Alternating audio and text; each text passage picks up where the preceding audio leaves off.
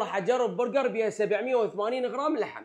المطعم عنده تقريبا 20 صنف، بس انا نزلت اللي يمتاز بين المطعم.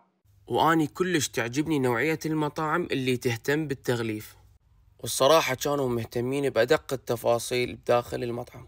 وهسه وصلنا للحظة المرتقبة، وهذا الوحش اللي حكينا لكم عليه، ثقيلة كلش. شوفوها، شوف كمية اللحم اللي بيها، والصراحة كان طعم اللحم كلش طاغي بيها. على شي عندهم هذا الكاب كولا، يكون بيبسي كولا جوا، واكيد فوق فينجر.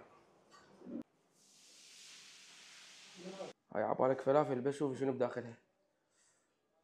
اويلي، هذا المقطع غير مناسب لاصحاب الدايت. لكل طلب يجي هذا البوشار مجانا وضيافه من المطعم.